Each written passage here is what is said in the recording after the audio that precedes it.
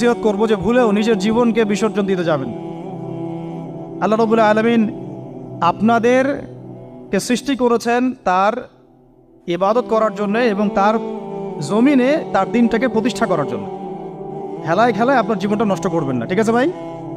আল্লাহ পাক বোঝার তৌফিক দান করেন। তো কলম সৃষ্টি করার পরে কিয়ামত পর্যন্ত সব লেখা হয়ে গেছে। এখন